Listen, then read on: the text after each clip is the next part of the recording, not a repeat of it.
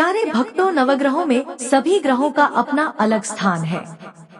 इनमें से शनिदेव को न्याय का देवता कहा जाता है। वह व्यक्ति को उसके कर्मों के अनुसार फल देते हैं। ज्योतिष शास्त्र में उन्हें न्यायाधीश का स्थान प्राप्त है। यदि किसी जातक की कुंडली में शनि दोष होता है तो वह जीवन में तमाम तरह की समस्याओं का सामना करता है। साथ ही व्यक्ति बीमारी से ग्रसित होने लगता है।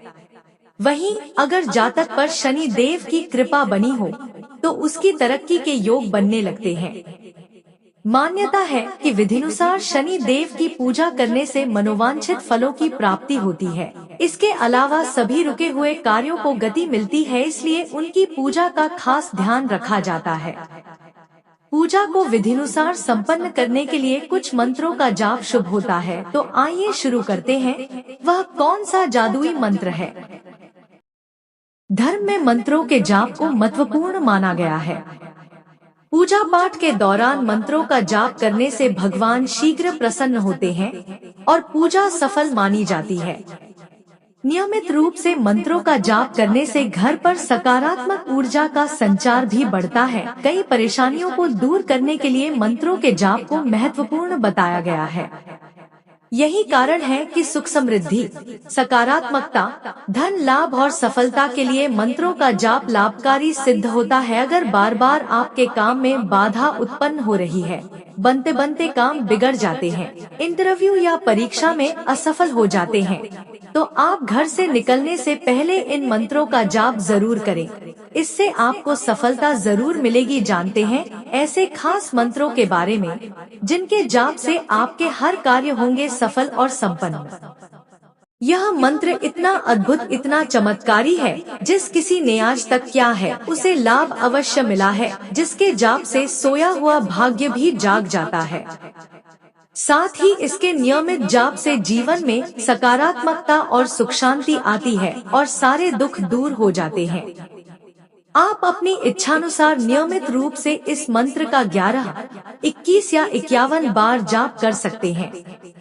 इससे कार्य में सफलता मिलेगी, घर में सुख समृद्धि आएगी। हर किसी के जीवन में पैसा सबसे जरूरी होता है। आज के समय में बिना पैसे के आप कुछ नहीं कर सकते हैं। पैसा पास में रहने पर आदमी का तन और मन दोनों स्वस्थ रहता है। ज्योतिष शास्त्र में व्यक्ति की आर्थिक स्थिति सुधारने और धन लाभ के लिए कई उपाय बताए गए हैं। अगर आप इन उपाय को अपनाएंगे तो धन की प्राप्ति कर सकता है। अक्सर लोग कई उपायों को करके तंगी को दूर कर अपनी आर्थिक स्थिति को मजबूत करना चाहते हैं। कई लोग अपनी जरूरतों का पूरा करने के लिए एक दूसरे से कर्ज लेते हैं और समय पर कर्ज का निपटारा न करने के कारण से कर्ज के बोझ से दब जाते हैं। ऐसे में कर्ज से छुटकारा पाने के लिए आप चिंता ना करें, इसका भी समाधान है।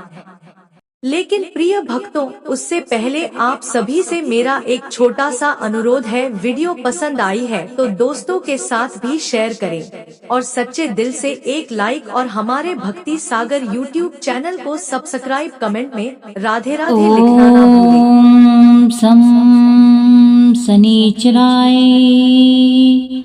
नमः। ओम सम शनिचराय नमः। ओम सम शनिचराय नमः। ओम सम शनिचराय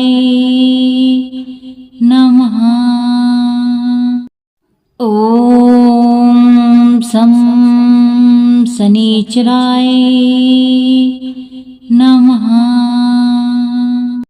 ओम सम शनिचराय नमः। ओम सम शनिचराय नमः।